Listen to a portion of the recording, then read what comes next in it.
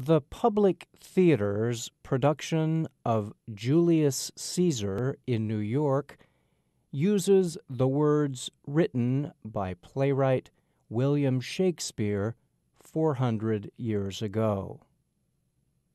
The difference is the actor playing Julius Caesar looks a lot like President Donald Trump. And, as anyone familiar with Shakespeare's play knows, Caesar is killed in Act 3 by senators who fear he had become too power-hungry. Laura Schaefer has attended Public Theater's free Shakespeare plays in New York City's Central Park for years. But she objected to seeing a character looking like Trump covered with blood in the assassination scene. As he dies, the actor delivers one of Shakespeare's most famous lines, "Et tu, Brute," meant to show Caesar's surprise that his good friend Brutus joined his killing. Schaefer says, "I don't love President Trump, but he's the president. You can't assassinate him on a stage." Her comments on a radio program brought more criticism to the play. Two Public Theater sponsors, Delta Airlines and Bank of America, responded by cutting funds to support the Public Theater. No matter what your political stance may be, the graphic staging of Julius Caesar at this summer's free Shakespeare in the Park does not reflect Delta Airlines' values, Delta says in a statement. The Public Theater, which began performing plays nearly 60 years ago, defends the production. It notes the play has led to heated discussions, but it says that is exactly the goal of Public Theater. Charlotte Canning is a drama professor at the University of Texas at Austin. Canning says the criticism would be understandable if the play suggests violence is acceptable. But what the play does is show how awful violence is, she says. And things don't work out so well for those who carry out Caesar's killing. Act 5 ends with Brutus killing himself with his own sword. Canning also notes that a recent production of Julius Caesar in Minnesota included a Caesar character that looked like former President Barack Obama. But the play did not draw the same criticism as the New York production. Robert Thompson is a professor at Syracuse University and an expert on popular culture.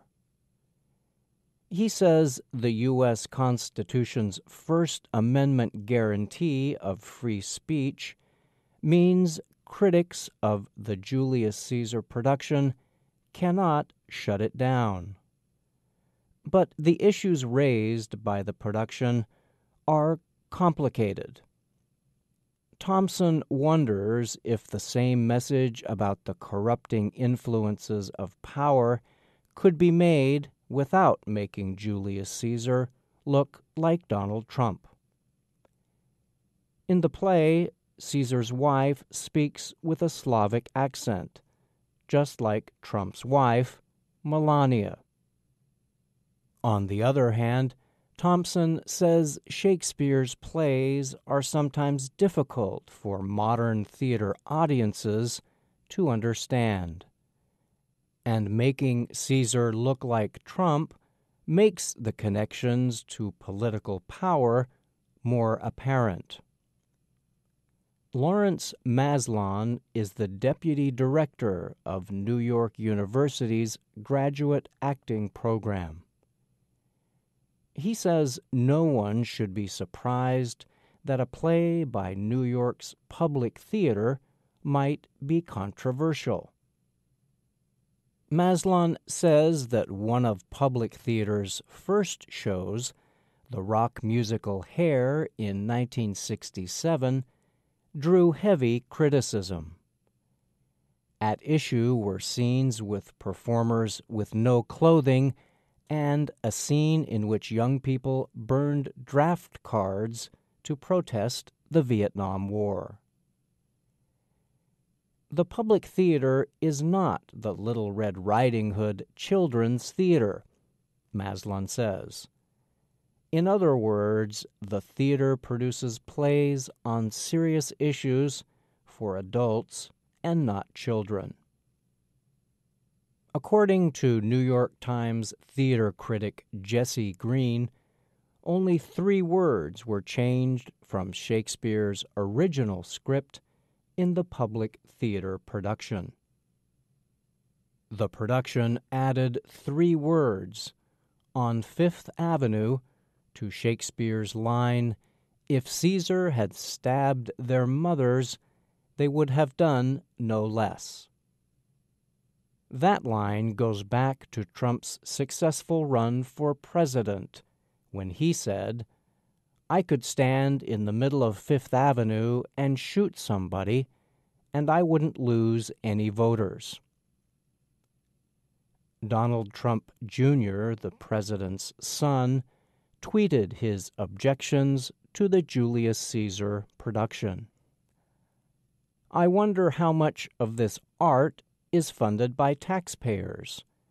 Serious question. When does art become political speech, and does that change things?" The National Endowment for the Arts, which Trump wants to eliminate under his budget proposal, says it did not fund the production. I'm Brian Lynn.